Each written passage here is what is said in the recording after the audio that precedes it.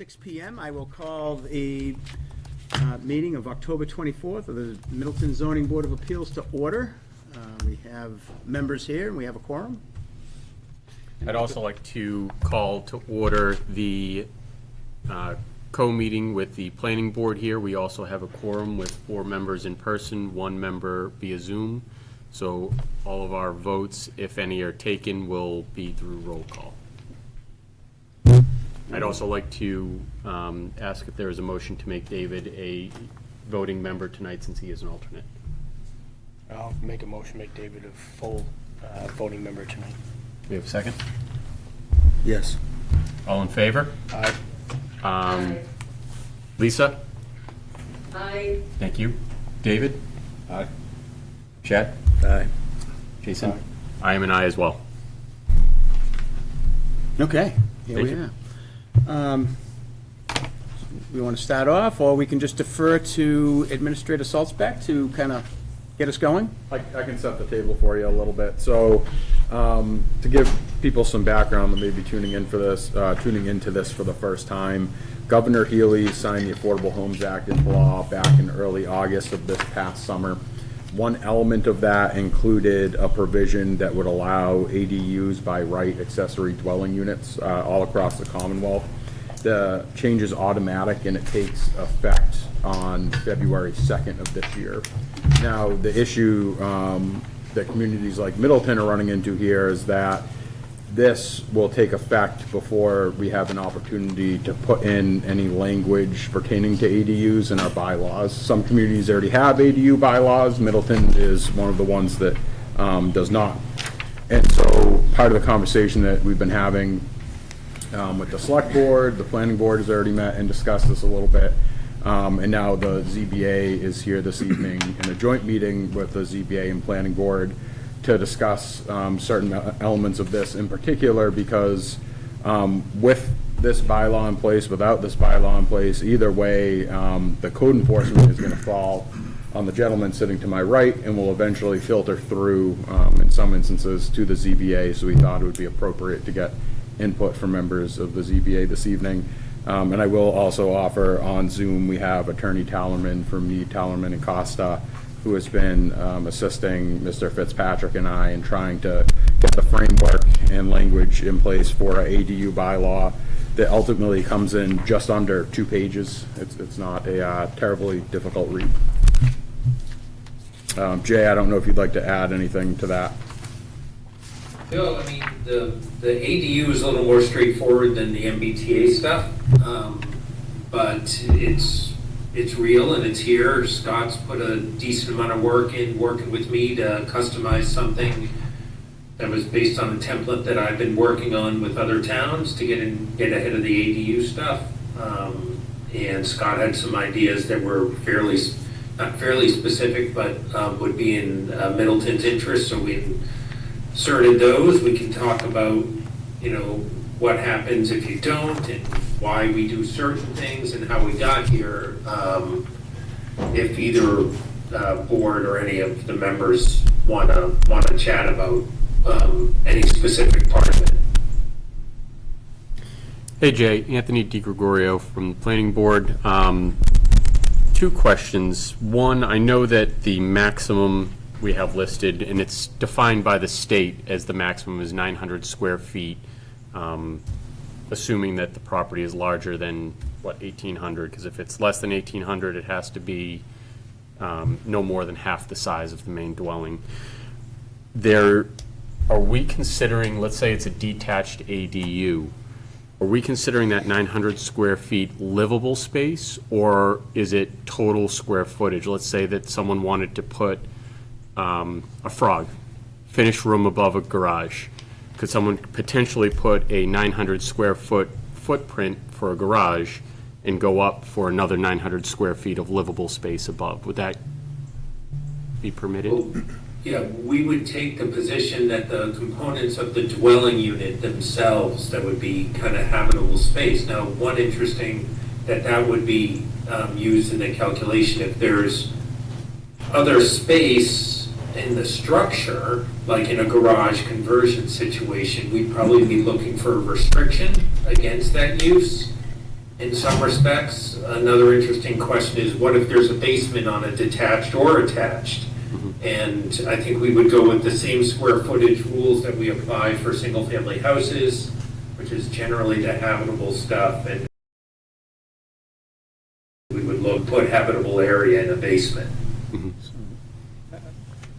If I can add a question here as well relative to that, because eventually this is going to rest with the zoning board of appeals to have to figure it out, right? What's being proposed and what's allowed and so on and so forth. So to the chair's question, if someone were to come in and request a detached garage first, it would have to go through the process of being approved, whether it requires a special permit, whatever it requires. There'd be some approval process associated with that. Let's say that was the first part of this, versus they're coming in and looking for an ADU, and well, while we're at it, we'll add a garage below. So how does that work? Because maybe the ADU is an approved, a by right approval, versus the garage may not be. So do we separate these things?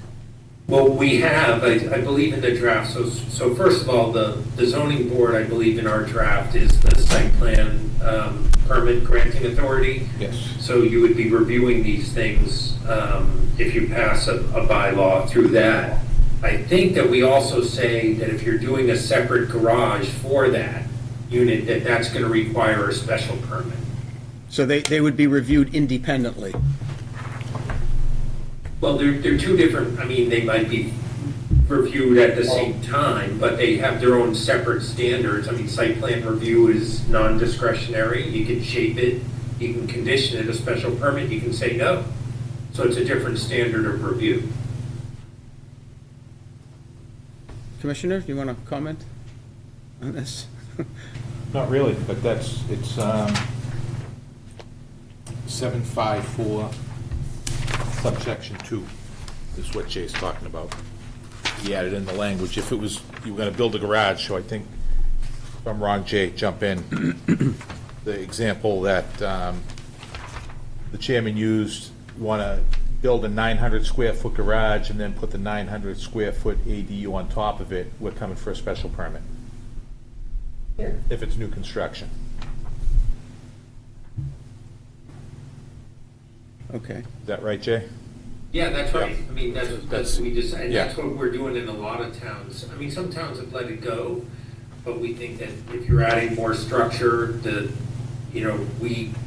it's mostly on the compatibility side too. We want to make sure that these things fit in, and sometimes an additional garage might not fit in at all. So, especially if you're using a detached unit, then there's a potential for a detached garage. So we've decided to cover that through that process, through a special permit process, where you could say no or yes, or condition it or shrink it or do whatever you like. Mr. Chairman, I have another question. So the other question would be, as drafted, and I'd like to hear from the other ZBA members as well, but as drafted, do we see that there's ambiguities in here that we're going to find ourselves unclear as to, or left to the interpretation of the applicant or the applicant's counsel to then say, oh, well, this is what we're doing versus this is what's really required, and we find ourselves in a quandary as to what should be approved? Well, to me, it's not so much an ambiguity, Rich, as it is that there's some discretionary items in here. So, for example, under 7552, well, all of 755, but under 7552, we state the architectural style should be compatible with the existing principal dwelling on the subject property, and that's through the site plan review. Now, this is a by right use, but so if the board says it's not compatible, like the style is different, you're doing a colonial with a modern building, you say, we'd like you to switch the design. If they say no, then we end up in a little bit of a situation or we would impose a condition. But that's typical of any use that would be subject to site plan review only where you have a limited amount of authority to shape it. Hopefully you get along with it, and hopefully people want to do an ADU that's compatible with the primary structure, but all 1 through 4 there is essentially subjective a little bit. So I don't really see it as ambiguities, but I do see it as subjectivity that could result in some disputes, I suppose. I would hope that people would try and figure it out with the board that's reviewing it, but you never know. I'm good. Mr. Chair, I'd like to go with to the members then, Mr. Renaud. Yeah, so Jake, one quick question that two questions I have. First one was on 756, so relationship to nonconformities. Yep. So why wouldn't we require a special permit for that when we're doing it for the garage? To me, that seems to, So we do.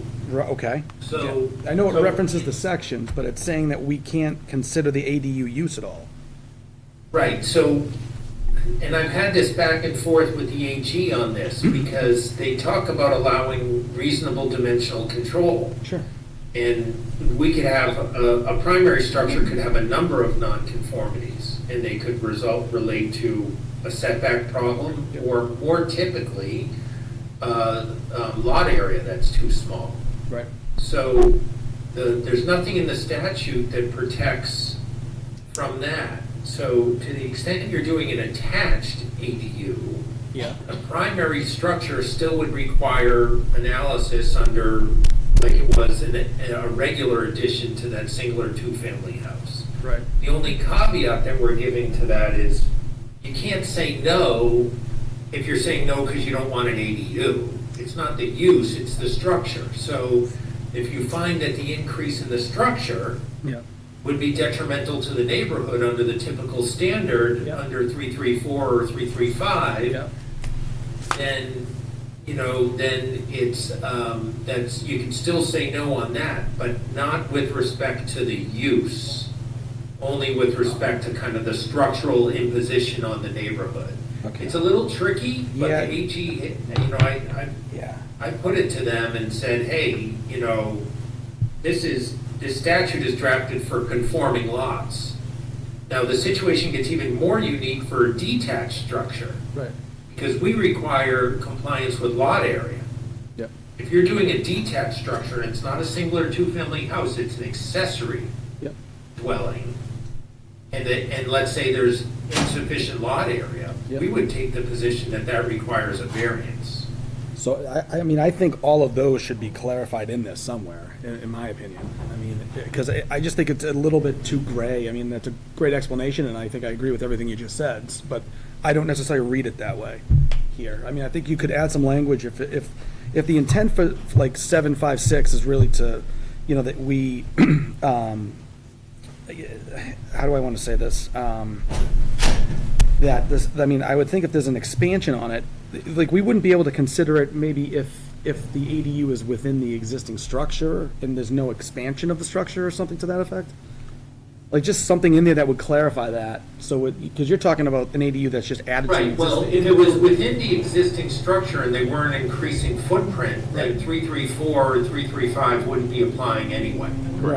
Right, Because those relate to structural enlargements or modifications, not interior space. right, So if someone has an existing attic, or okay, they've got 4 bedrooms and want to create, an ADU out of the 5th bedroom and can create a new kitchen somewhere and do all that stuff, that's Sure. fine. But those wouldn't invoke 334 and 335 anyway.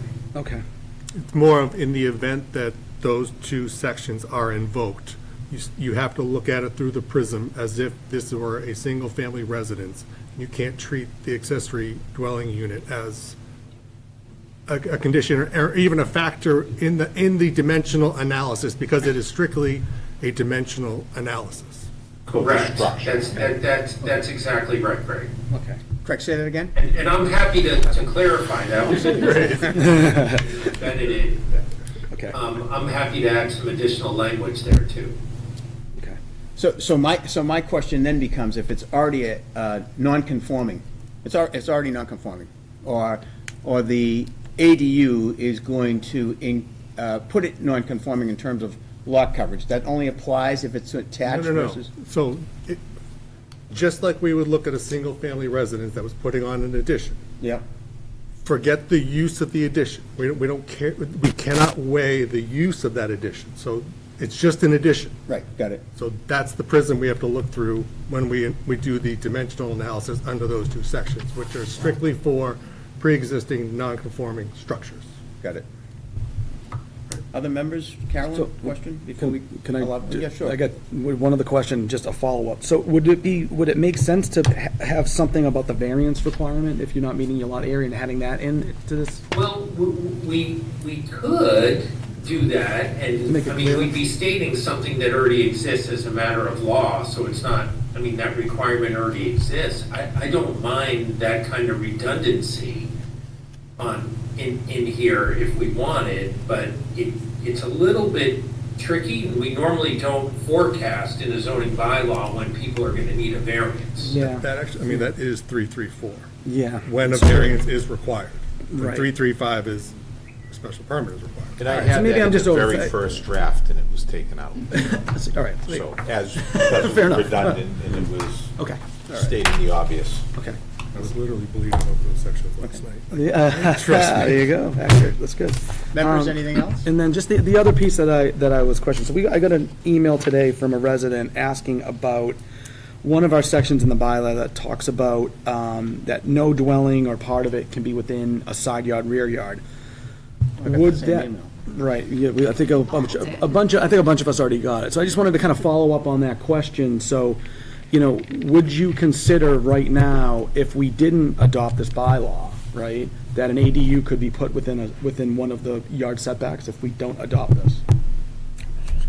Yeah, so if you don't adopt this, there may be elements, and Scott and I'm not sure if we've gone through that analysis yet. There may be some kind of components of your bylaw that would still apply, so it wouldn't be a complete free-for-all. Right.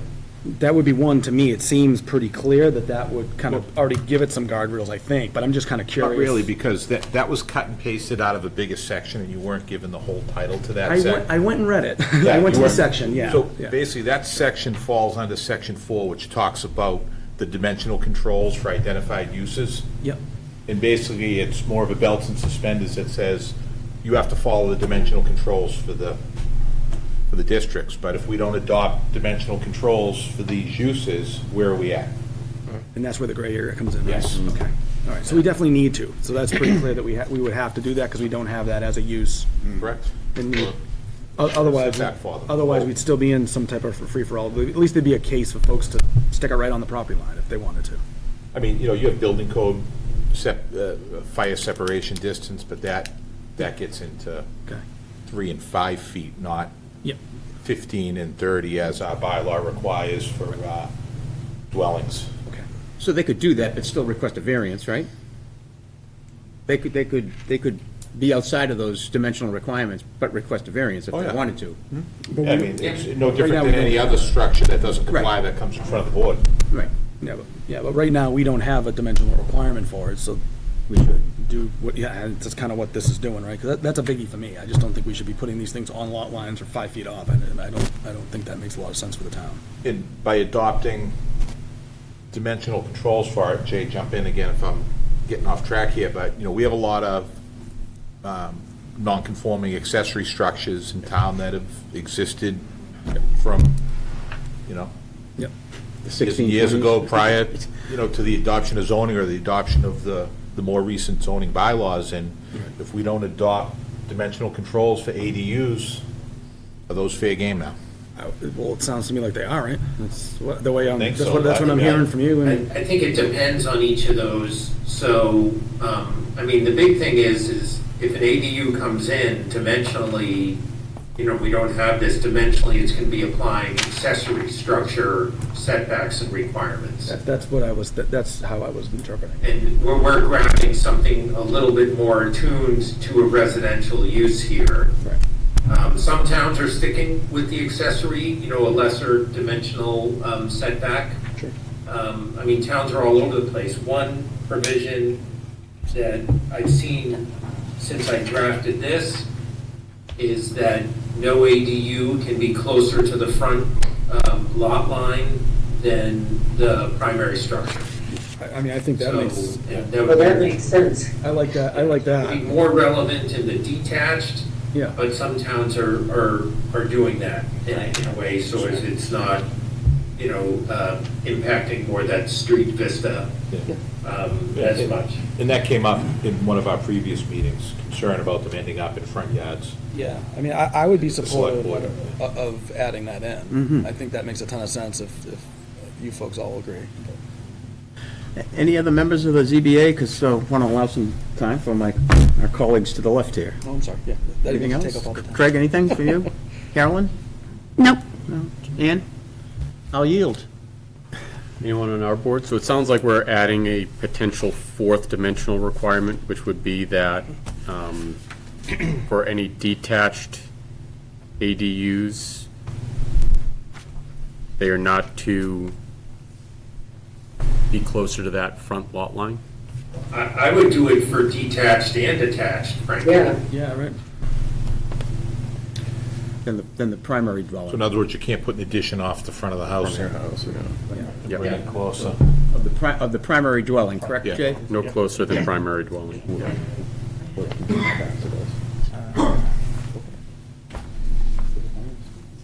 And just while you're writing those down, Bill, what was the dimensional So we, provision? I think Jay has an example of it, right? Do we maybe, could you get us, that to us as a modification? Sorry, was that a question to us? No. Oh, good. No, I was thinking, I think Jay already has language that he's seen, so Okay. maybe just add Wanna that make in, sure and that- I'm assuming we're all gonna get another copy. Yeah. of this, right?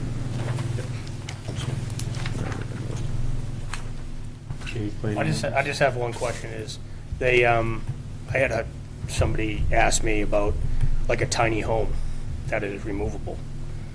Does that fall underneath, like, can you put like 2 or 3 of them on there, or just one single dwelling? So it's, That's something that, if somebody asked me, he goes, well, you're talking ADUs, can I put a trailer in the yard, have somebody live in the trailer, all year round? If the trail, that was something somebody asked me, and I'm just forwarding the question. The statute says you would need a special permit if you wanted to add a second one, but we're not noting that in our bylaw anywhere. Is that- Yeah, a trailer is not going to generally be considered an An accessory dwelling. ADU, okay, that's what somebody asked me that question. Tiny home, I mean, go ahead, if you want to do a 200 square foot Right. ADU, go ahead. the only thing that's gonna kick in then is the state sanitary code as far Correct, as that's what I was, minimum that's what I was worried about. habitable space. That's what I was worried about. So these are not necessarily just a bedroom. The up one, it could be gonna a be full full, kitchen. Oh, no, like it can't be a this. bedroom, it's, Yeah. it Has to have all, has to gonna meet have- the requirements of a dwelling Yeah, unit. So it has to have all those things. Sanitary facilities, cooking facility. yeah, do we have that in here, that it has to? Do we need to add it, because it's in the law? I think it's in the original law with. No, I know. yeah, it's in our original one, it's in the original mass law, isn't it? Yeah, I believe so. Yeah, needs to be habitable. But would that be something that we would want to add into this, or no? I don't think we But you need. don't I feel like if it's covered elsewhere, yeah. Okay. What are your thoughts on that, Jay? I'm sorry, what was the question? That the ADU would need to have its own, kitchen, its own bathroom, all those types of things? Do we want to? It's a dwelling unit, I don't know, because I don't have your zoning bylaw, do you define dwelling unit? I believe we do. But I think it's Jay, isn't it also defined in 40A in this section, the dwelling unit, I think? They have a vague,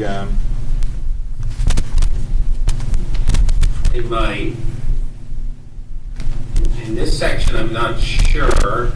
yeah, we have a dwelling unit. Yeah, one or more rooms defined occupied or intended for occupancy as separate living quarters with cooking, sleeping, and sanitary Perfect. facilities provided within the dwelling unit for the exclusive use of a single family. Would it have to tie in with the existing septic system, or can it have a separate one? It just has to have a system. That's a Title V, that's a Title V Tie thing. in or separate? Can it be separate? I don't think you can't have If two they on had a the line. rooms, they could put a separate one in, but they're gonna have to put a septic, a leach field, a tank, the whole thing, I right? don't think you can have two septic systems. I don't think Title V lets you have two septic systems on the same I don't know, lot. septic, that's a Tracy I- question, but, I can't remember, but I think you can. So you'd have I to, mean, you'd I have think- to have one new system essentially for the whole thing. yeah, I think you're gonna see tie-in, Yeah, that's. either upgrade and tie-in, or, reallocation of bedrooms that are already in the existing structures to other uses and then create the bedroom. So what about the potential for multiple ADUs being added? I know that the law says that you would need a special permit if you were to have two of them. We don't note it here anywhere, though. Would we want to add that in as just another belt and suspender? Yeah, since, Bill, on that, the statute is drafted in a way that makes it seem like you have to have a provision for a special permit for if you want a second one. Yeah. The state has recently kind of backtracked a little bit and said we can prohibit a second one if we want. So would we want to consider that? We can or we cannot? We can't. We can. Oh, so would we want to do that? So you don't have essentially 5 So we can cottages in say someone's only backyard? one per. Right? That might be something that would make sense to me. I mean, I don't think we want to have, your neighbor with like 5 tiny homes renting it to 5 different people, right? I mean, I don't think Because that's, there are lots in town that zoning-wise would sustain more than one, oh, without a doubt, You know, I would there's think a there's plenty of lots that significant would. amount, Right. yeah. So, I mean, I would think that's something that we'd want to consider as well, folks, right? Absolutely. Yeah. Yeah, I thought that was on there already, but I didn't see it. I think we had the requirement that anything, basically just copying the state law, or anything more than. Additional ADUs may only be allowed with the issuance of a special Special permit permit. by the Board of Appeals. Yeah. Where is that? 7522. And I think the reason we added it was to specify that the Board of Appeals was a special permit granting authority. What number was that, Craig? Okay. 7522. So is that something we would want to, or would we want to just prohibit and you only get one? So my problem with that is that it's only by special permit, right? As opposed to just saying you can only have one. Because then that allows the board, I guess, not necessarily our board, but a board, With a special permitting authority. to be arbitrary. Your board, It's our board. your board. It's definitely No, I mean us. our We're the- current board. Our current board. I would prefer not to be arbitrary, because this gentleman comes in and we let him have it, and someone else comes in and we don't. That's my concern. Okay. So it's either in or it's out, in my opinion. But you gotta weigh whether it's appropriate for the neighborhood. That's That's what a special permit. So can I give an example that I've been talking about with respect to maybe kind of not so much advocating, but why you may want to keep in the special permit thing for a second? Okay. And it may not have particularly wide applicability in Middleton, but in a couple of towns, it has had some applicability. So, for example, if you had a big like estate lot that had, gardens or whatever, and it could easily support a second unit, and it needed caretakers or whatever it may be. We see this in kind of in agricultural areas more. Maybe it's not a big deal. Add a second one. You get a second unit. Someone can live in it. It's fine. Obviously, you want to have the ability to still say no to special permits. So in a more tightly congested area, you would always have the right to say no. Or you could divide it up by district if you wanted on the second unit. Right. I would also argue that there are plenty of homes in Middleton that could easily have like the frog, well, the finished unit. I guess it's not just a room. An in-law type apartment, and also end up having, there's a lot of pool houses that could end up being considered an ADU. But then if the lot's big enough, then they can add another house or another unit, or if the tiny home example, you could add 5 of them. Right, that's what I'm Right? I saying, mean, that's why I'm saying we should leave the special permit there.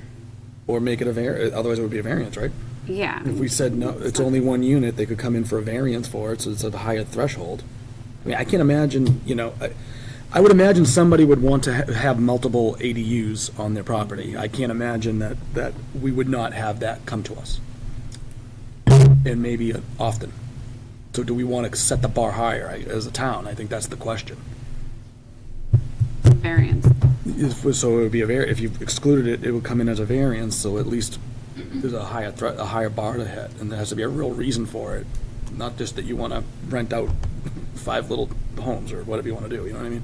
And then we're bending over backwards to try and. That's just kind of my take. I mean, personally, I would rather just have it as one, just to keep the character of the town, you know? I think that's important. We don't need a bunch of these things in folks' backyards, or, you know, if they're doing an addition off the house, it can easily start to lose the character of your neighborhood in spots. And I just don't know if that's really what Middleton wants. Yeah, I agree. I think one max is a good standard to have, and anyone who wants more, prove why you need it. Right.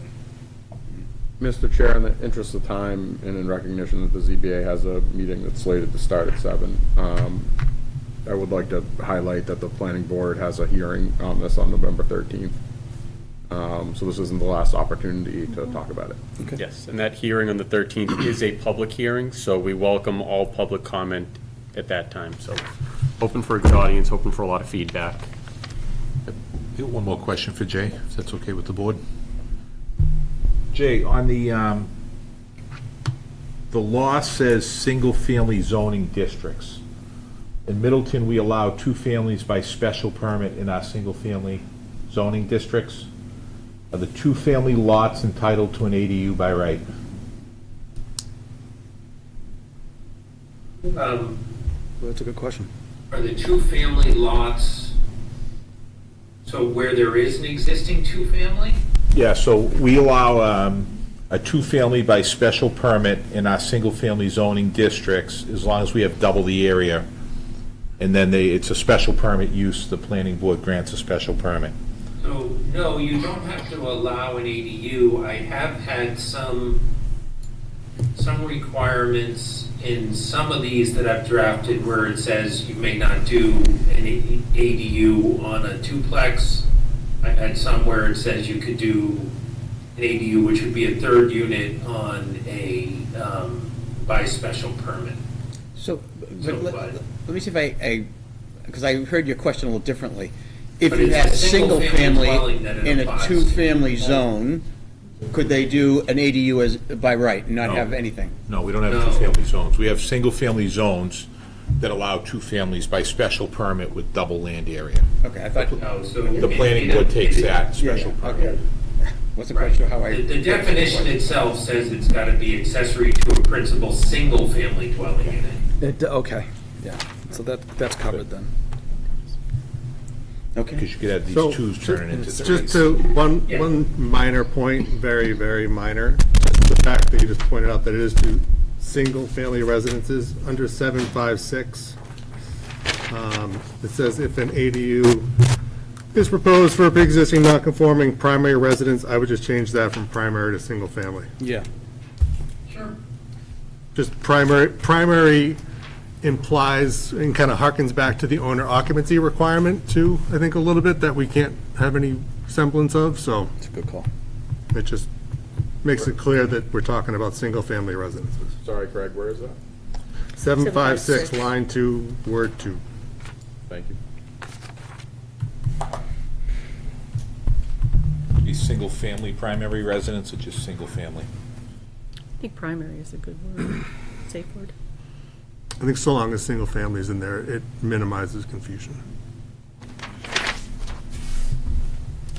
Thank you. Okay. Awesome. I like it.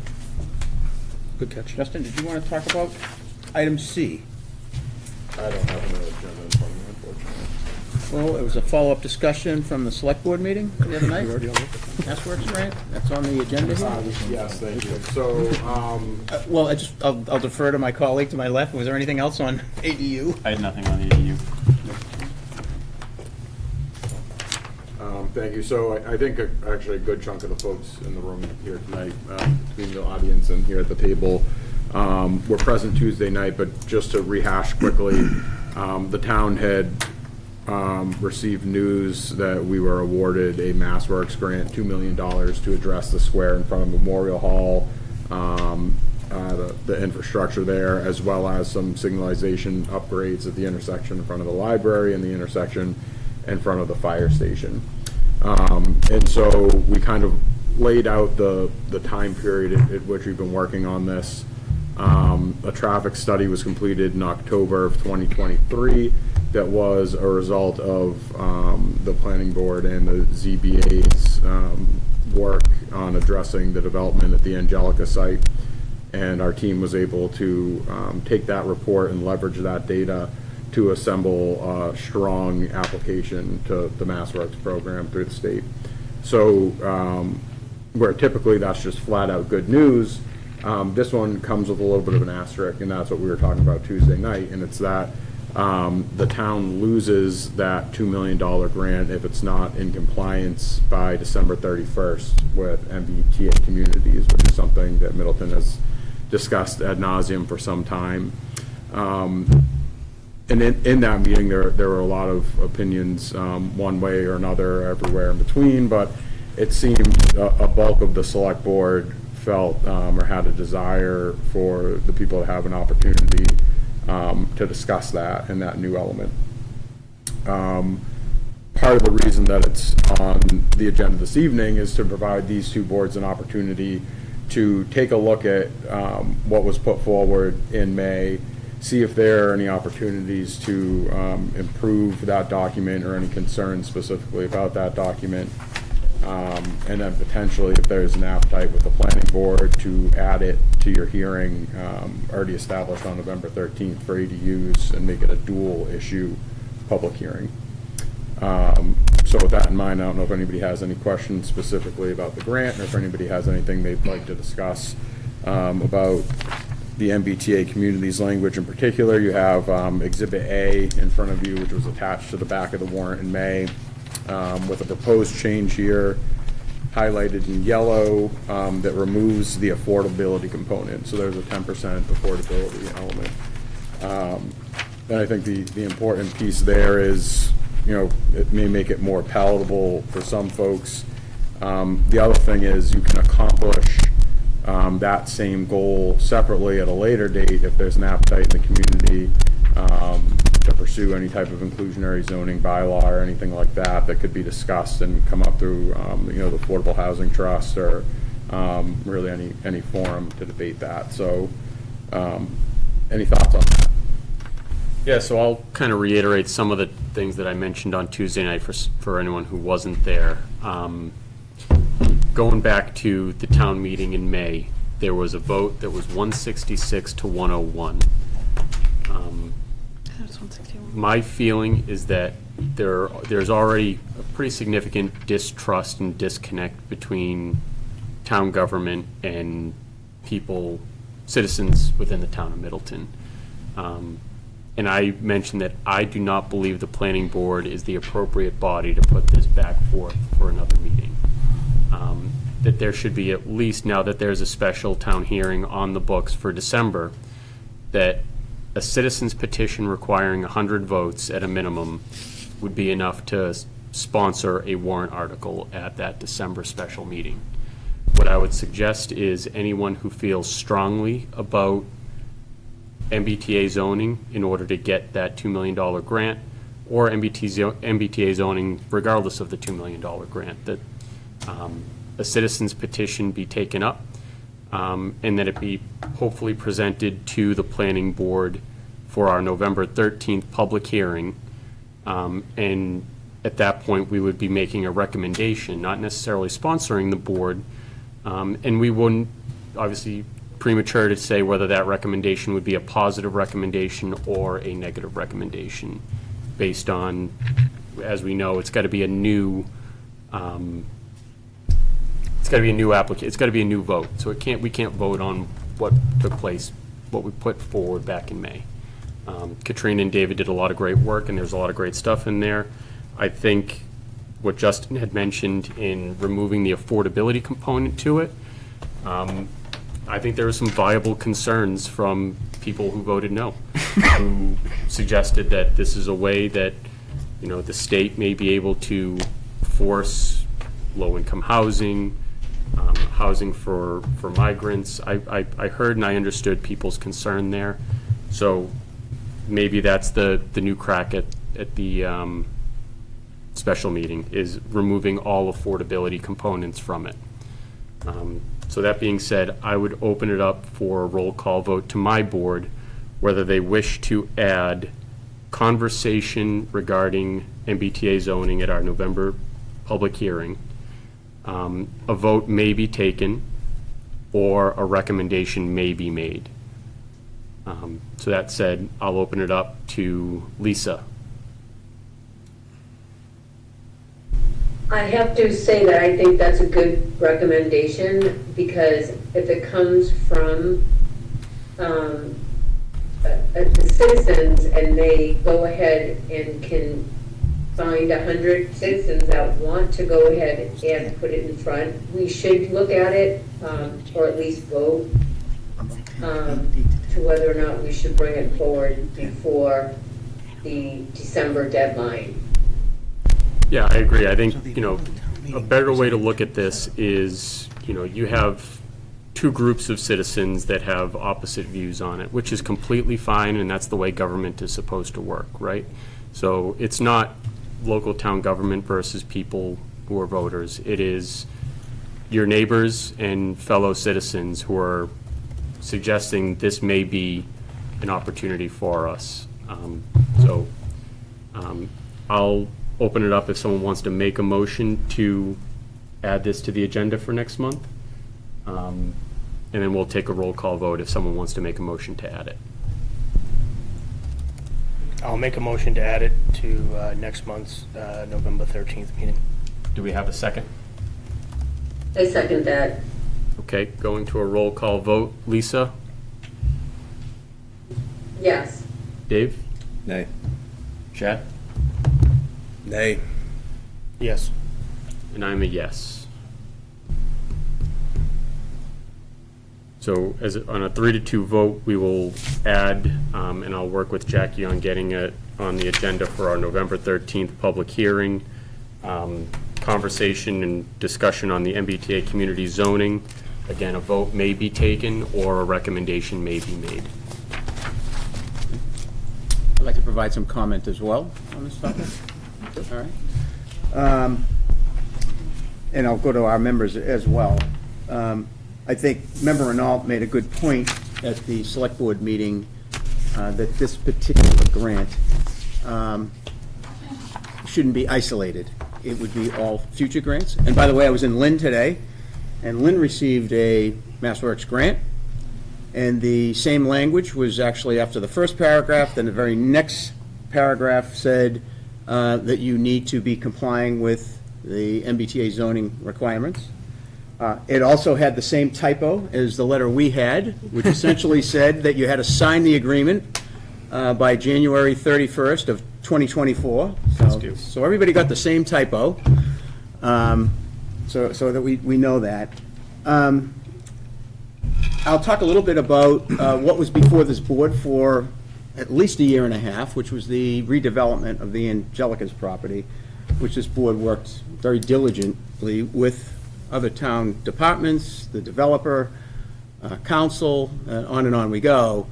And there were some concerns about how do we mitigate whatever impacts the project will have, but also how do we leverage the project to allow us to improve Middleton Center. MassWorks grants are generally tied to a development project, which is one of the reasons, because someone said, well, how did we get that? What do we have to do? It was the fact that we had a project that was going to include housing, essentially, create jobs, so on and so forth. I have concerns that the vision of the approval, beyond just providing an adaptive traffic control system, was to improve Middleton Center, not just for traffic, for all modes of transportation. I mentioned the other night, we have an adopted complete streets policy.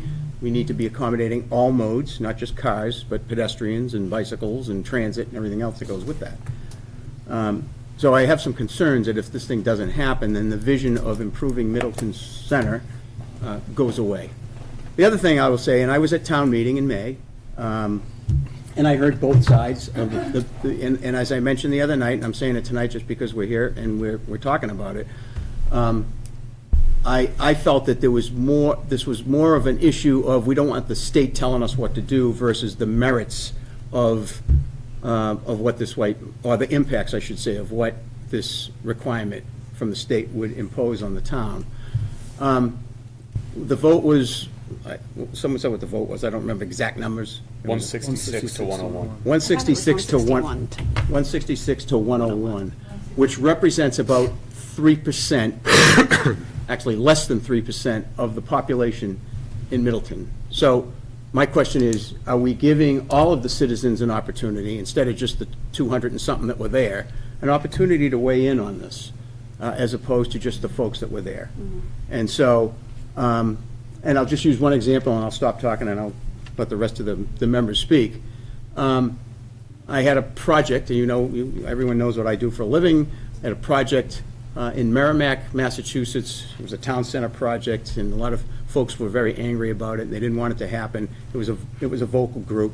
But when it went to town meeting, a lot of other folks actually came to town meeting, and they said, look, this is not just one little thing that we're doing. We need to look at the bigger picture in terms of what is this good for the community? And I'm talking about is being able to secure grants and improve something like Middleton Center and reclaim Middleton Center as something for the town, as opposed to just something where people drive through. So that's sort of, I've been back and forth on this thing quite a bit. But what's kind of stuck with me too is that the town meeting members that were there in May, or the members, the folks that showed up for that, is a small percentage of our total population, and should we be hearing from more of that? And if that's the case, of bringing it back to a special town meeting so more people can come out and express their concerns or their approval, then we get to hear from them. So, and it sounds to me, some of the, like the Howe Manning School and all these other things that have gone before town meeting and then came back for follow-up consideration.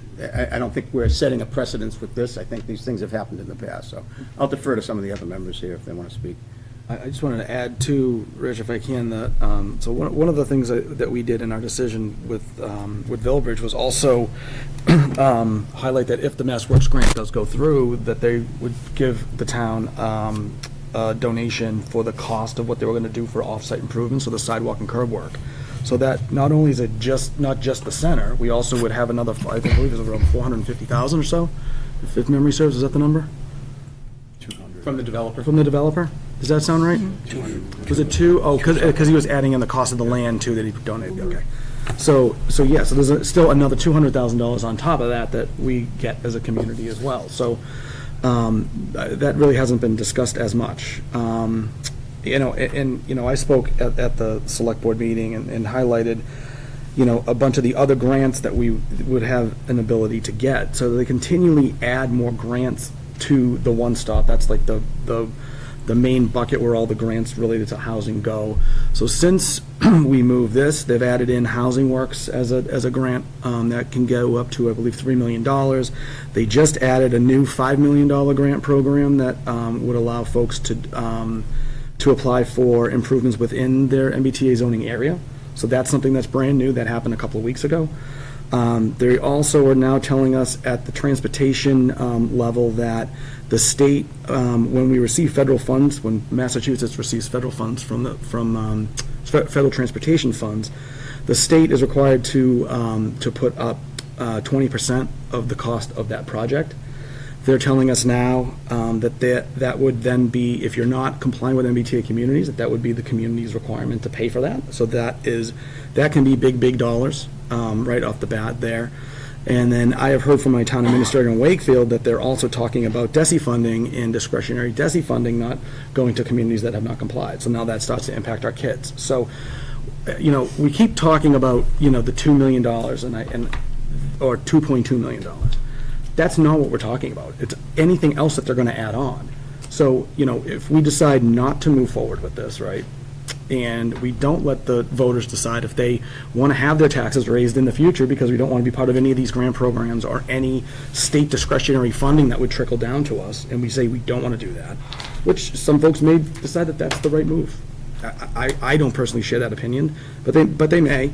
I think you have to understand that we would probably start entertaining this in the future whether it's in the spring. I think one gentleman actually said, well, why don't we push this off for December and come back in the spring? Why would you do that?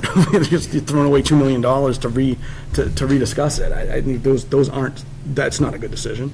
So, I really think it makes a ton of sense for the community to at least discuss it again under the guise of what has changed since we talked about it in the spring. And things have changed, and they continue to evolve, and they continue to put pressures on communities to make sure that this happens. And, I said before, this has minimal impact to our community with the way that it was laid out. I mean, most of this area, I don't see Ferncroft Tower, a 14-story tower that's all owned by, all condos and individually owned, being taken down, right, to put up 4-story buildings. Who is going to do that project? Nobody's doing that project. Doesn't make sense. Adding all that infrastructure, adding a new building. Who is going to go and take down the hotel? Do you think that someone would really take down that hotel and put up 4-story smaller buildings? No, they wouldn't. So, I just think the devils are in the details, and I'm hoping that during this process, if it does get to a town meeting, that there's a lot of folks that actually listen to the outreach that'll be done, that'll lay these things out by whoever is doing this project. And it may be me, it may not be, I don't know. But I may come forward with it, with a petition, because I think it's important to the community. So that's all I want to say. Thank you, Bill. Yeah. Anyone else? Yeah, I just have a technical question. I haven't gotten a chance to look back through the Google Drive for the easement for that, I don't even know if I've seen it, but I don't know. For the easement for that part of the property, right? That either that town meeting either unanimously or very close to unanimously accepted. That's right. Right, from the developers. So so we don't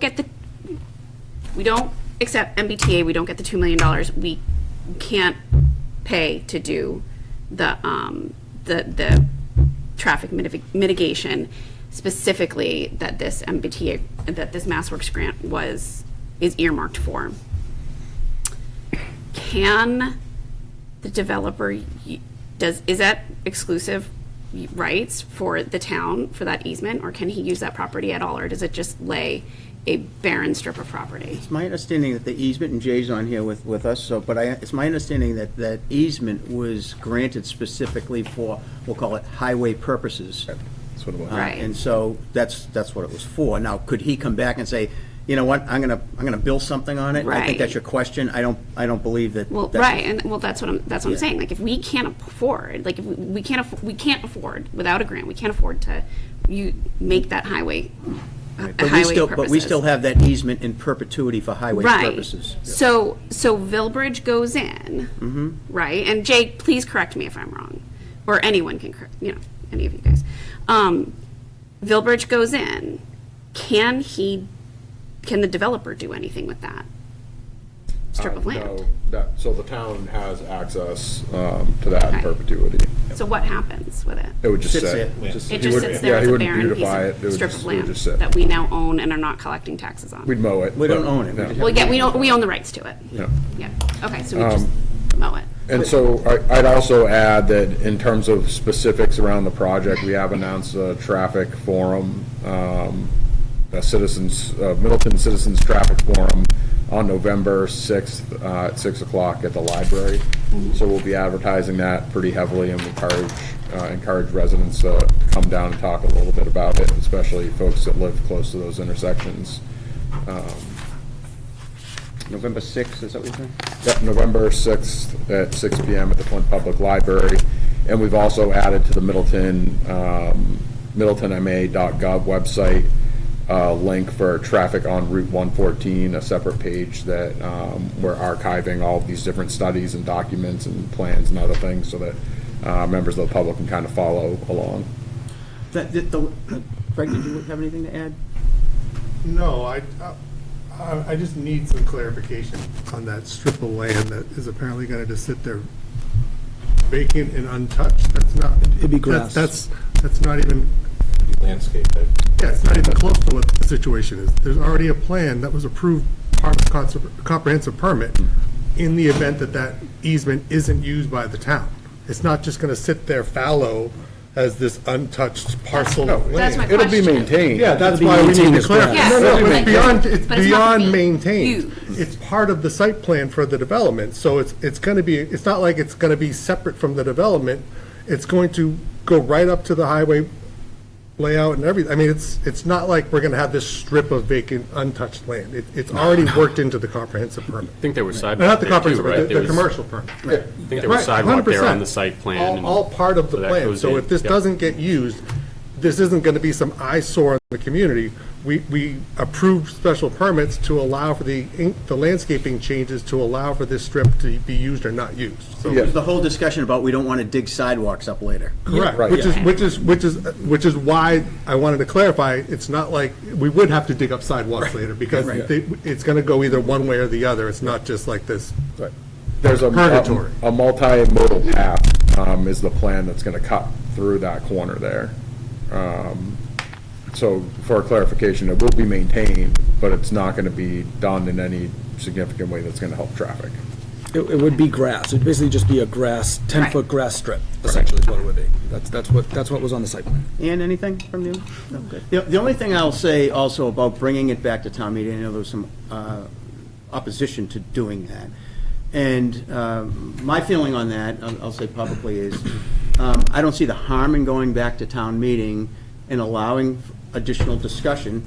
If it doesn't pass again, it doesn't pass. You know, we're done. If it passes, then there's been additional information that provides those members who were voting at town meeting to maybe have information that they didn't have before. So I don't see it as like, if we go back to town meeting, it's approved.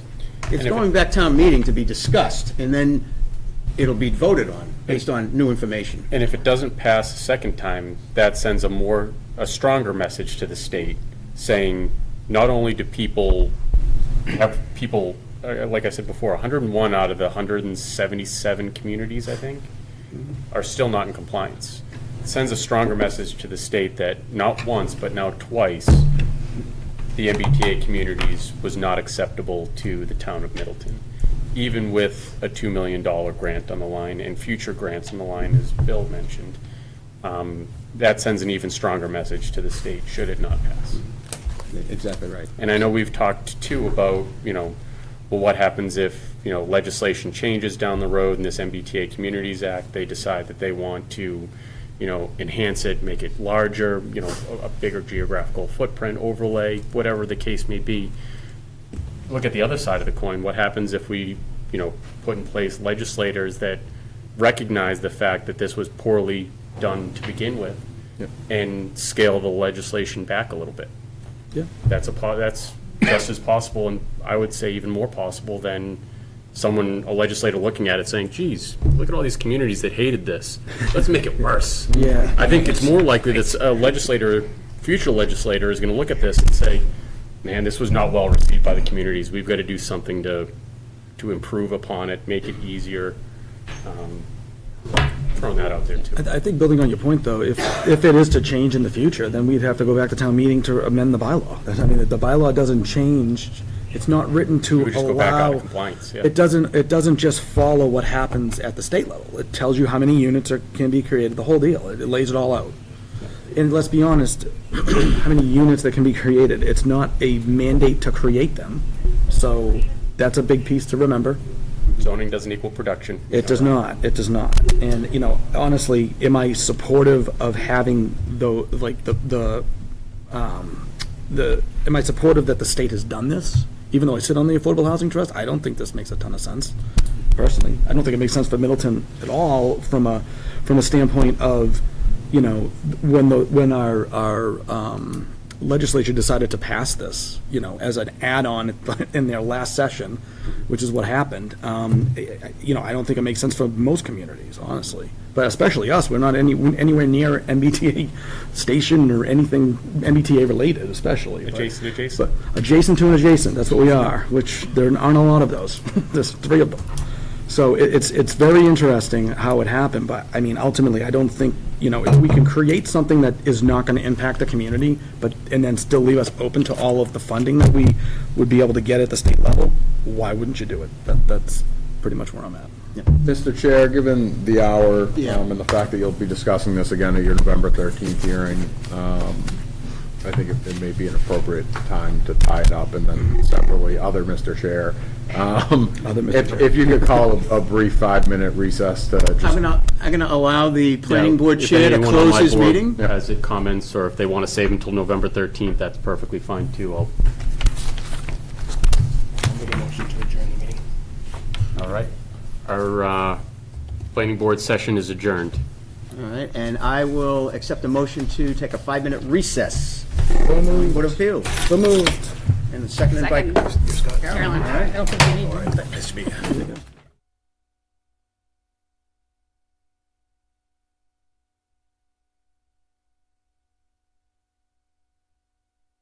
Public hearings, 177 North Main Street, number 301. Do you have the No. legal ad? You want to do 165 first so we can just continue it? Oh, sure. Right, is that the continued one? Okay, 165 South Main Street, application for a special permit and site plan approval for 0 South Main Street, and a modification of the 2017 special permit and site plan approval for 165 South Main Street. The applicant is proposing to combine 2 parcels to create additional outdoor storage. Is there anyone here for that? Mr. Chair, we received a written request for continuance from the applicant's attorney, so they are requesting to be continued until your November hearing, if it pleases the board. Okay, I'll accept the motion that we continue this. Well, did we technically open it? No. You could open it and then continue it, Mr. Chair. Do you have it to read? I just emailed it to you, Ann. Do you need it read for you? Well, where is it? It's in, I sent it to your email, but I can bring it up. In accordance with the provisions of Chapter 40A, Section 11 MGL, Zoning Board of Appeals will hold a public hearing on Thursday, October 24th, 2024, 7 p.m. at the Fuller Meadow School Media Center, 143 South Main Street, on the application for Roney's Landscaping for a special permit and site plan approval for 0 South Main Street, and a modification of the 2017 special permit and site plan approval for 165 South Main Street. Applicant is proposing to combine 2 parcels to create an additional outdoor storage for a landscaping company at 165 South Main Street, found on Assessor's Map 29, parcels 63A and 64A. Okay. The applicant has requested a continuance, so unless there's any discussion on this, I'll accept the motion to continue to our November meeting. So moved. We have a second? Second. Second by Carolyn. All right, any additional discussion? Hearing none, all those in favor say aye. Aye. Any opposed? So moved. All right. Wasn't paying attention, sorry. Got distracted. Jackie, just as a, just so I don't forget at the end, the packets are pretty exclusive. We have a lot of, not exclusive, inclusive. There's a lot of stuff in there, but can we make sure that we get a copy of the legal ad? Yeah, we've made a note. I don't know how they were missing today. I'm saving them in right now, though. Okay, awesome. So I'll have So in the 177. packets, when Lisa sends the packets, that would be great. Awesome. And I'm uploading 177 right now, if you give me about 20 Mississippi seconds. Okay. All right. All right. I will at least make the introduction. Our next item on the agenda is 177 North Main Street, number 301. It's the application for a special permit for a swing lab simulator for private baseball, softball training. Madam Clerk, I defer to our capable and able assistant town. we're deferring. I'm not as fast as Administrator. I had hoped. She's still capable, she just. 6 Mississippi. Thank you. No pressure. It doesn't make it worse at all. Okay. And the room's not dark enough to do hand puppets, so I'm gonna get going. So next time, in accordance with the provisions of Chapter 48, Section 11 MGL, the Zoning Board of Appeals will hold a public hearing on Thursday, September 26, Thursday, October 24th, 2024, at 7 PM at the Fuller Meadow School Media Center, 143 South Main Street, on the application by Ira Layer and Brandon Derry for a special permit to add a swing lab / simulator for private baseball / softball hitting instruction at 177 North Main Street, Suite 301, found on Assessor's Map 17, Parcel 51301. Awesome. Okay, thank you. Is there someone here for this application? Yes, come forward. Introduce yourself and tell us what you want to do. Good evening. My name is Priscilla Garmendia. I am here on behalf of the family that created the brand Gratum G Swing and representing Ira Lair and Brandon Derry in their application. What they propose to operate is a Gratum G Swing, which is a private baseball, softball, swing lab simulator for private instruction. I don't know if anyone's familiar with like a golf simulator. That's it's essentially what it is. It's very technology-based, technology-heavy, but for baseball and softball The golf instruction. one hasn't helped my game, but Well, the baseball one will help, I assure you. So they propose to operate Monday through Fridays from 3 to 10 p.m., Saturdays from 9 to 3, although I think the zoning allows for 24/7 use. The way that the business started was professional training. Actually, a lot of the Boston Red Sox players, that facility may be used for some pro players to come, since it's very private boutique, it's only by appointment only. It's not open to the public. On average, it'll be only 2 clients per hour at the location. and this is for number 301, is that right? That's correct. Where's this building? 177. Yeah, where? It's, Commissioner? Landmark me. it's You drive up, it's. Brent's development up at the top of the hill behind my office. Oh. 3 is Yeah, I the know. front building, Yep. Yeah. facing 114. And it's Is the this- first, it's the first unit when you go up. There was a woodworking shop in there, I think, until a couple of months ago. Yeah, Is the space vacant currently? yeah. It's currently vacant? Okay.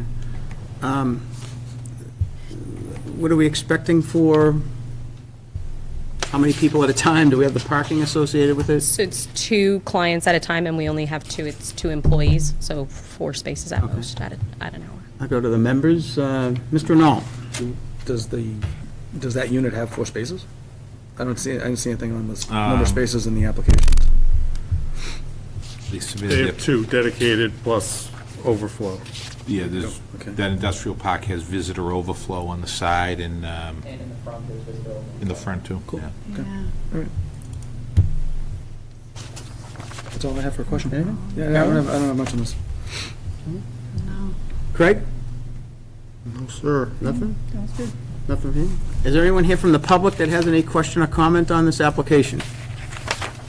Okay, hearing none. Mr. Hatwell? Chair, I would propose the board make the following findings. First, that the proposed use will be a benefit to the community as provides advanced baseball and softball hitting instruction targeted at the Middleton surrounding areas, supporting the sports and recreation industry that is important to any family-oriented community. 2, that the business will not have any adverse effects on traffic patterns as it attracts no more than 2 to 4 customers an hour.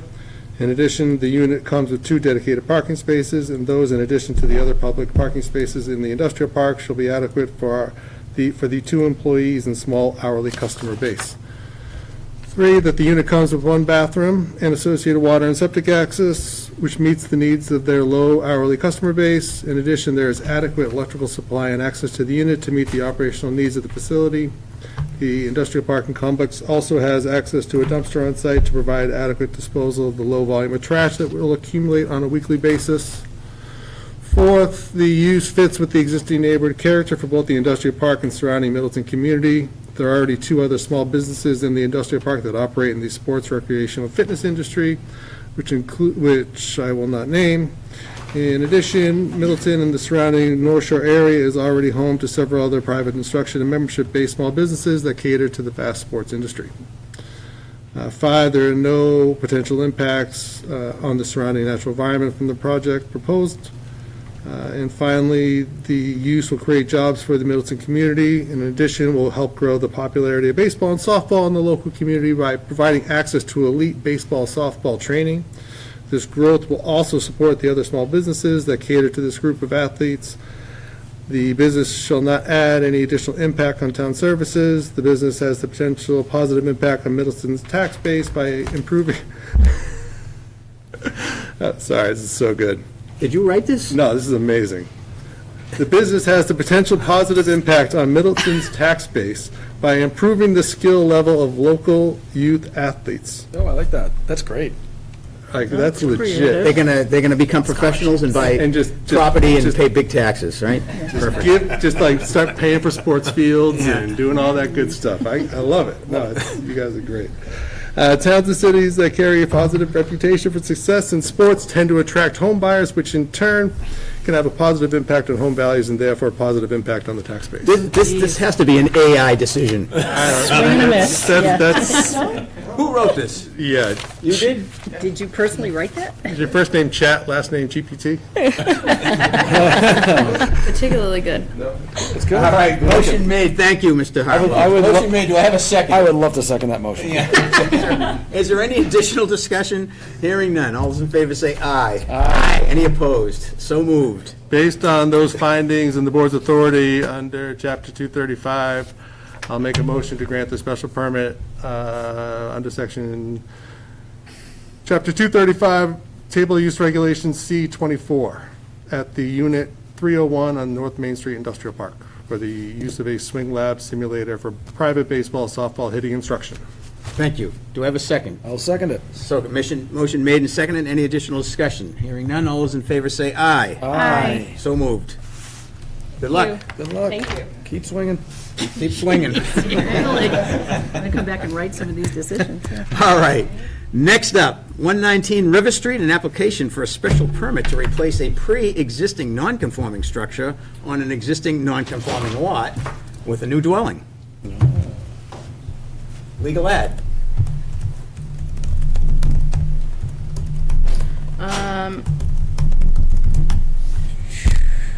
11 Tilton Tier LLC requests a special permit to replace a pre-existing non-conforming structure on an existing non-conforming lot with a new dwelling for the property at 119 River Street, map 31, parcel 28.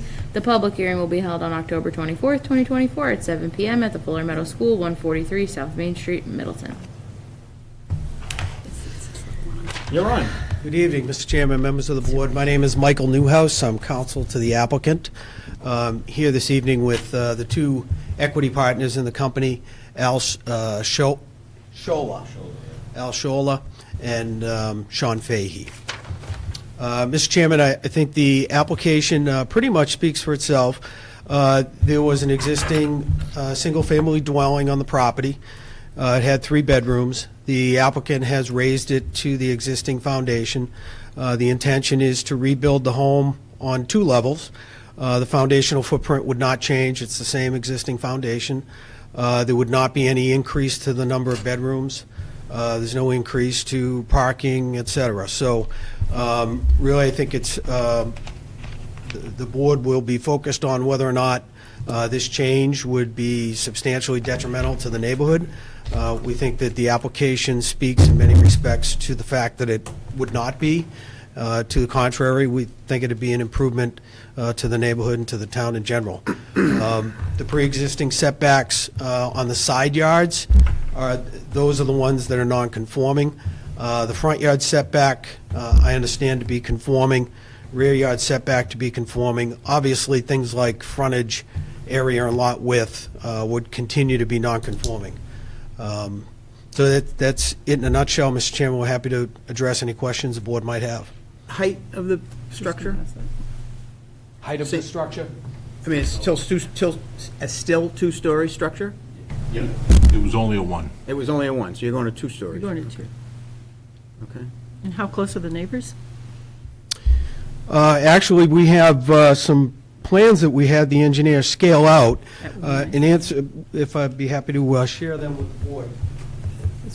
You're utilizing that there's a 50-foot easement. If I read in your application, that dimension was about 300 feet away, is that right? Well, let me clarify that, Mr. Chairman. One of the structure that is directly to the east, that next home is actually closer to 400 feet. We did make reference to that in the application. Some of the other homes are slightly closer.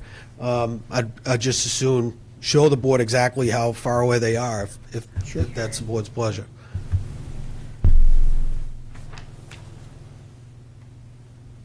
Commissioner, you have anything to add with this while we're looking at the pictures? Just to note that this was done without permits. The house was taken down to the Yeah, that's what I was gonna foundation ask. without permits. They got a permit to renovate the interior. Does anyone want to address that while we have some time to look at the pictures? Yeah, I think our. Come up to the microphone, please. Identify yourself. And introduce yourself again. Alice Rolla.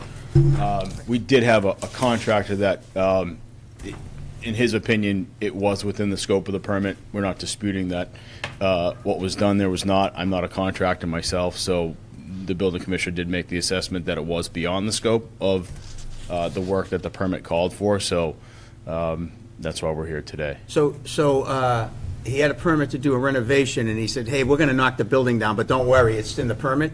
Well, and this is, again, from what I understand, I'm not a contractor, I don't have a CSL. You're an owner. Myself, correct, as an owner. It was that one of the walls, interior walls, were kept up. And he made changes to that wall, you know, to have it conform with whatever was in the permit, but yes. Okay. Yeah. Commissioner? Not even close. It was an interior renovation permit. That means take the drywall off, no structural plans submitted, not take the roof off, not take the walls down. You know, as you know, with the demo permit, there's all checklists and environmental sign-offs and, you know, everything like that. You know, I think it was done to avoid this. Hoping I didn't drive down that street a couple of months ago on my way here. So, you know, the concern with that the commissioner brings up is, say there was asbestos in the building, and now you know, the asbestos is now friable and it's airborne, and someone's breathing that in. You know what I mean? I think that's the whole point of making sure you get the proper permits. We can blame the contract, and I'm on my soapbox for a minute, members. We can blame the contractor, but you're the owner, right? And I can't imagine that, you know, knocking this building down. At some point, that had to be part of the discussion, because if he had a renovation permit, and now he's gonna demo this thing, unless he gave you the same price, Yeah. you know, you had to know. Can I just read the description of the building permit that was obtained and issued? Please. Renovate existing single-family home, 3-bedroom with 2 full baths to include windows, doors, siding, interior framing, insulation, wiring, plumbing, blue board, flooring, and kitchen cabinets. And then placed in a dumpster. Yes. So that All right. was the, If I may. Real quick, Sean. Yes, sir. So, real quick, just on the asbestos stuff, so there was a demo permit also obtained, as well as a foundation permit that was only for the rear addition. for the rear addition, right? But in order to obtain those, we did need to get certification that an asbestos letter, which was in that. For the rear addition, No, the asbestos letter for the entire property. but it was submitted for the rear addition. Correct. So that's. Okay, that makes That's how we look at it. It was Correct. submitted for the permit for the rear addition that was failing. So, and the cost of the renovation was $200,000. I haven't seen a house taken down and built for $200,000 in quite some time. Okay. All right, well, I think we have a sense of what that is. Anyone have any questions? Members, Mr. Renault on the request to rebuild? No. I have no comments. No? Not yet. Not yet, okay. Mr. Hotwell? No, sir. I don't know what our options are here. Yeah. Okay. It's not a great way to start a project, just saying. Are there any members of the public here that have any comment on this or question? Yes, sir, come to the microphone, introduce yourself. My name's Al McCannis. I own 117. We have the driveway, which is a right-of-way. We own it. We maintain it. There's 3 foundations up there. One that they put in. There's a block one out front, which you must have seen. Yep. That's eaten away with salt, okay? The original one, that was a fieldstone, and they put like a skim coat over it, you can see it. So this is just the zoning approval. In order to rebuild, they're going to be required to submit a full set of construction documents. And if they're building on anything other than a poured concrete foundation, it needs analysis by a structural engineer prior to issuing a building permit. Tonight is just the zoning portion of it. It's not the review of the construction documents or anything like that. So we haven't even got to that point yet, but if the board grants them approval tonight, if they're building on anything other than a poured concrete foundation, they have to obtain, a structural engineer has to come out and do an analysis on the foundation for them. Okay. The driveway, I'm presuming, It's our property, it's our driveway. right, but I'm assuming 119 has easement rights? They have a right-of-way to pass and repass. They have a 50-foot right-of-way going up 120. That's it. They can't go beyond that. I have a copy of the deed right here. Yeah. But currently, let's forget if these folks are here. The prior dwelling had access rights to get to the building? No idea. How did, the building that was there before, whoever lived there, how did they get There was two people there? that lived there. They drove up there. But no one parked on the driveway. Mm-hmm. No one parked, they parked on their own property. Where they poured a foundation, okay, that was the original garage. So, I looked at the plans that you submitted with this. I'll be honest with you, my first look at this thing was, okay, it's an existing foundation, it's gonna build a thing on the rebuilding, in light of the new information this evening. So I guess I'll go to Counselor. Does your client have access to the property from River Street? Yes. Via? Via the right-of-way that this gentleman described. Okay. But it's shown as 230 feet on the plan, not the 120 feet 120. that he's referencing. So is there a discrepancy? We had it surveyed. We were told to have it surveyed. We had it surveyed by Williams and Sprague. Sprague's and Williams. Is that- Yeah, Williams and Sparagus, yeah. Okay. We had it surveyed. So it's all surveyed, it's legal, it's the 120 feet that they come up, that's it, by 50 feet. So, My question is, now, they were just gonna renovate it. They're not renovating, they tore it down, now they wanna go up. And that's why they're here, for the zoning approval. I don't agree with them going up. You don't like the height of it? Well, it's 3 bedrooms. How many people are gonna live there? Where they gonna park? Oh, you're We're not- concerned about the we're not- parking? Okay. We are not giving up any of our property for these people to park their cars. So, it was a 3-bedroom dwelling previously? Yep. So it was 3 bedrooms before? Yeah, it's just gonna have more living space. I would assume. Now they want to go up. And is the site, is this Title V review here, Mr. Renault? Well, they have it. I'm looking at the plan, they have it in the plan set. It's here. The applicant has an approved septic system plan for a 3-bedroom, Mr. Chairman. Okay, all right. Has anybody on this, well, other than you, has anybody gone over there to look at this place? This lot? I would say no. Or if they have an approved septic plan, there must have been a There was someone there from FERC testing from the Board of Health and, Right. Witnessing the perk tests at Yeah, least. yeah, And if then there's an approved once plan. they start the construction, then obviously there'd be an inspection of the work Yeah. before it's covered up. Okay. I'm just curious of why, so you guys are showing the right-of-way just shy of the 230-foot mark on your property line on the plot plan? Yeah. And then the gentleman's saying it's 120, so that's the... 120. There's an easement that's 120. Okay. And our site plan shows a 50-foot right-of-way that LJR engineering But it's labeled the right-of-way all the way. It's not all the way. Yeah, so I have not been involved in researching the title, but what I understand from speaking with my client is that, and I think that this gentleman has confirmed, there has always been a 50-foot wide right-of-way.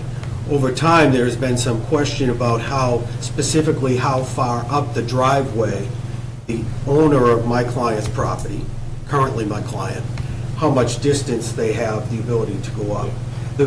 On the plot plan, it's shown all the Well, way. I think all the plans of record would show the right-of-way goes all the way up there, because these folks have always used the right-of-way. There also used to be a third party on the other side of this gentleman's house, which relinquished their easement rights. So historically, there were 3 different properties that used that. Currently, there are now 2.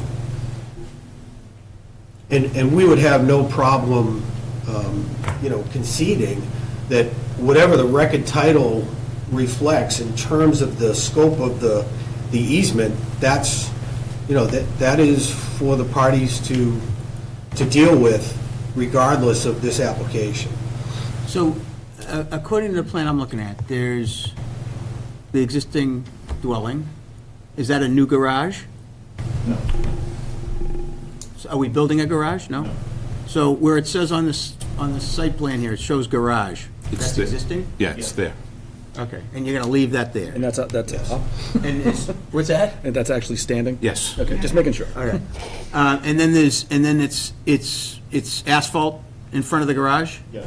And that is part of the applicant's property, your property? Not directly in front of, but it does go into the right-of-way, which he owns. I'm not looking at the right-of-way, I'm looking at the lot. Yep. What I'm looking at is I see a garage, and Yep. then I see it says bit driveway, which is still within The lot line. the lot lines. Yeah, that's not in his property now. So effectively, that's accommodating parking? Correct. There's no reason for you to go up that right-of-way any further than that garage, right? Correct, yeah. Although your property does go all the way back That is correct. to the chain link fence. Sure. Correct. Okay. All right. Anyone else? Any questions? Where are your 2 parking So they spots? gotta- Sorry. They gotta pay a third of the maintenance fee on that right away. Oh, now it's half, because there was a third person that contribute to the maintenance. Now they put their own driveway in. So now there's only 2 of us. So now it's half the maintenance, and I maintain it, I cut the grass, I plow, I do everything, and they do nothing. So, is there some sort of agreement between property owners here? Or do you just do this out of the kindness of your heart, or is there an agreement No, where it's, you're it's, supposed to it's, share this? you're supposed to share it. It's in the title. Yeah, it's in- I did the title search. Yeah, I did it already. No, it's here. Like, I'm reading his deed in the right-of-way that's conveyed, and it's subject to, part of the consideration, and that is the contribution. That's why I asked about it, so.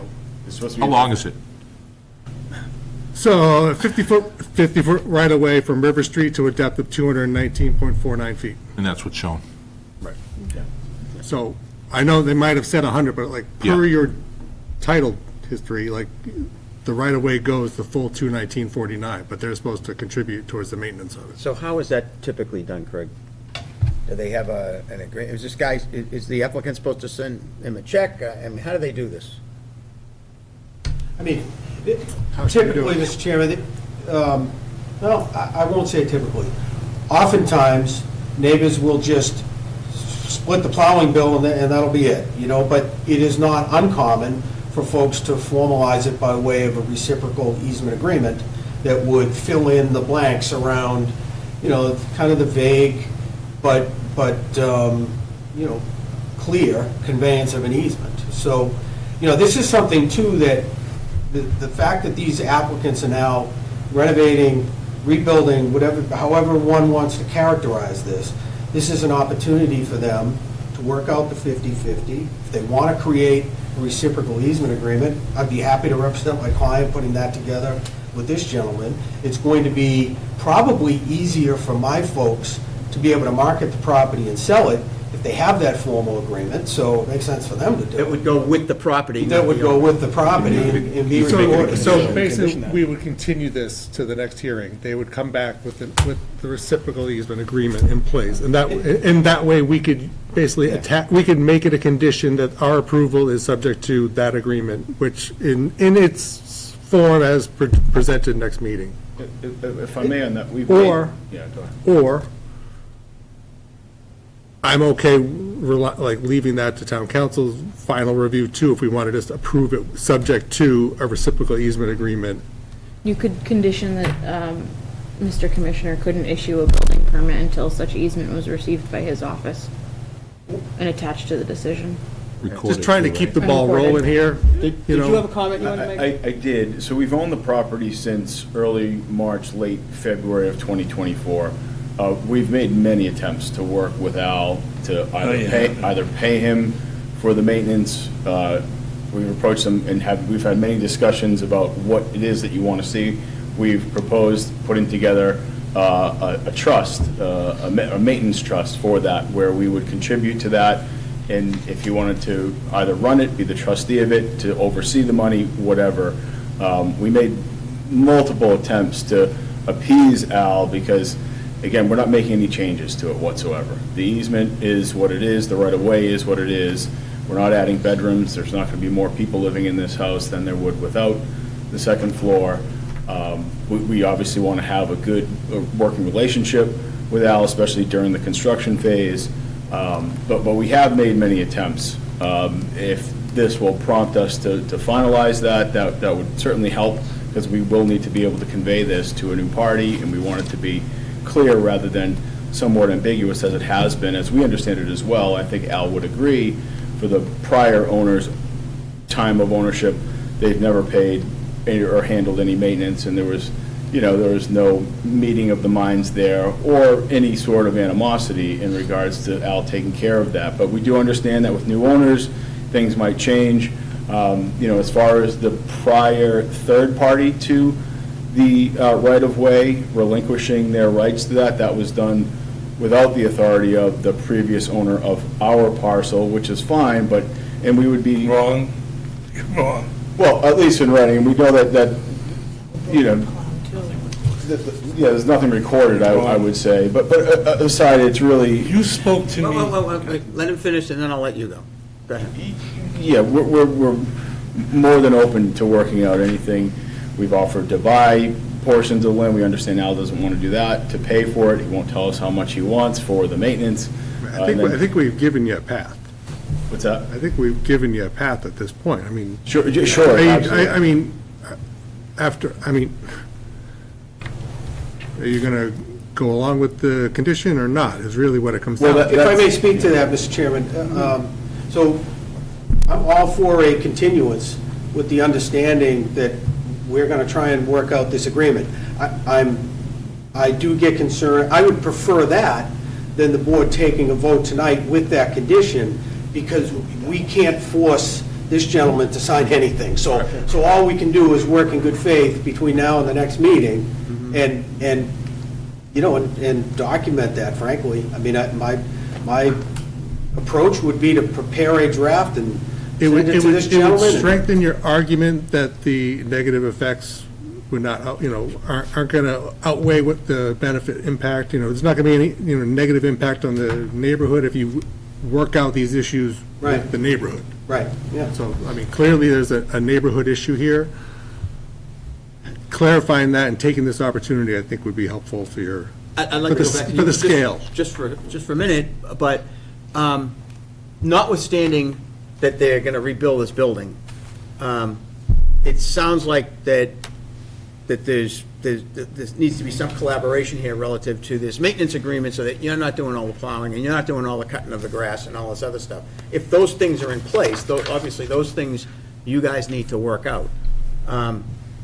We are, I think what I'm getting from the board here is that we believe that there needs to be something in place in order to make that happen. Again, going with the property, not with necessarily whoever the owner is, but it goes with the property. Right. How that is accomplished, I leave that up to you. You know, is there a monthly thing that goes into an account? And you're the trustee of the account.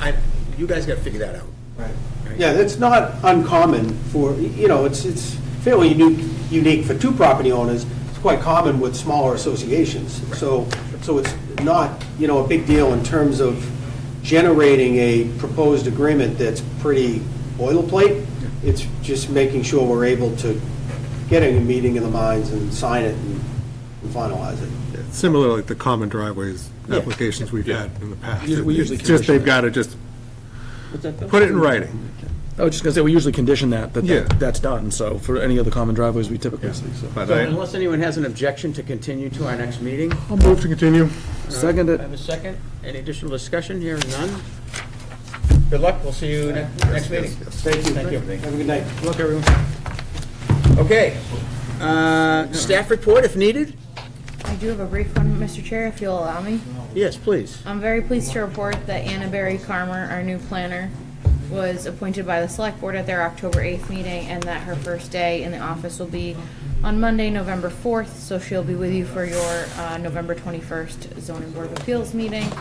She'll also be reaching out to all of you individually to check in and say hello and have an introductory meeting at some point in November.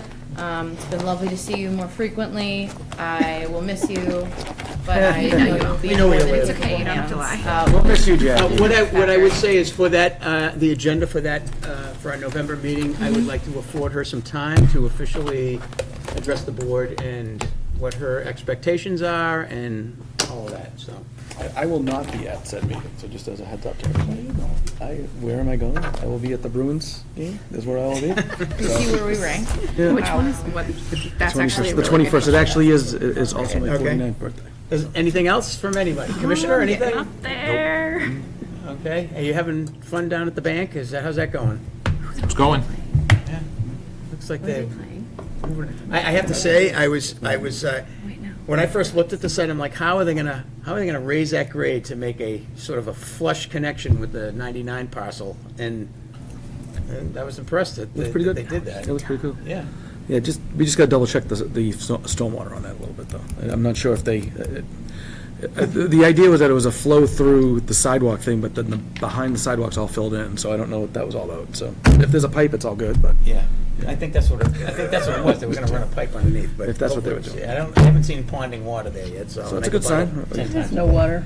There's no water. We haven't got any rain. There's no water falling from the sky. There you go. Does anyone have anything else? I have a I'll motion to accept the motion adjourn. to adjourn by Mr. Renal, seconded by, Carolyn. Carolyn. oh, you didn't do anything. By Ian.